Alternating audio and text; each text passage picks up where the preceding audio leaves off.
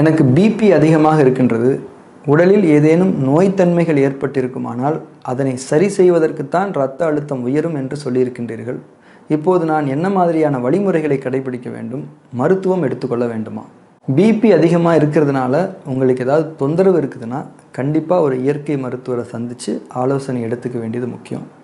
அதே நேரத்தில் இந்த பிபியை பொறுத்த வரைக்கும் உங்களுடைய இரவு தூக்கத்தை நல்லபடியாக பார்த்துக்க வேண்டியது ரொம்பவே முக்கியமானது. ஏன்னா நீங்கள் நல்லா தூங்கினா தான் உங்கள் கல்லீரலுடைய சக்தி நிறைவாக இருக்கும்.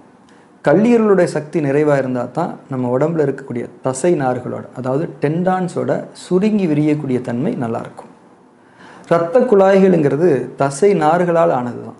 இரத்த குழாய்கள் இருக்கிற தசை நார்கள் சுருங்கி விரிகிறதுனால தான் நம்ம இரத்த குழாய்களால் சுருங்கி விரிய முடியுது. இரத்த குழாய் சுருங்கினாதான் இரத்த அழுத்தம் அதிகமாக முடியும். அப்போ தான் நம்ம உடம்போட தேவைகள் நிறைவேற முடியும். உடம்போட ஒரு குறிப்பிட்ட தேவை முடிஞ்சதும் இரத்த குழாய்கள் விரிஞ்சிடணும். அப்போ தான் இரத்த அழுத்தம் இயல்பு நிலைக்கு வரும். நம்ம இரத்த குழாய்கள் வழியாக தான் ரத்தம் நம்ம உடம்பு முழுக்க பரவி போயிட்டுருக்குது. நம்மளுடைய பலவிதமான தேவைகளுக்கு தகுந்த மாதிரி ரத்தம் அதிகமாகவோ குறைவாகவோ ஒரு இடத்துக்கு போகணும். இரத்த அழுத்தங்கிறது ஒரே மாதிரியாக நம்ம உடம்புல இருக்க முடியாதுல்ல. நம்ம அசைவுகளுக்கும் தேவைகளுக்கும் தகுந்த மாதிரி அது ஏறி இறங்கணும். அப்போ இரத்த குழாய்களுடைய தசை நார்கள் போதுமான பலத்தில் இருந்தால் தான் தேவைக்கு தகுந்த மாதிரி இரத்த குழாய்கள் சுருங்க முடியும், விரிய முடியும். நம்ம இரத்த குழாய்களுடைய தசை நார்கள் பலமாக இருக்கணும்னா நம்ம கல்லீரல் பலமாக இருக்கணும்.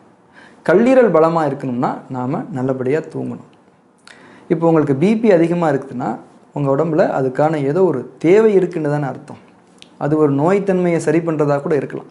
இப்போ நம்ம இரத்த குழாய்களுடைய தசை நார்கள் பலமாக இருந்தால் அது நல்லா சுருங்கி விரிஞ்சு இயங்கி தேவையான ரத்தத்தை தேவைப்படுற இடங்களுக்கு விரைவாக அனுப்பி உங்கள் பிரச்சனையை சீக்கிரம் சரி பண்ணிட முடியும் தானே. இரத்த அழுத்தம் உயர்றது எல்லார் உடம்புலையுமே நடக்கிறது தான்.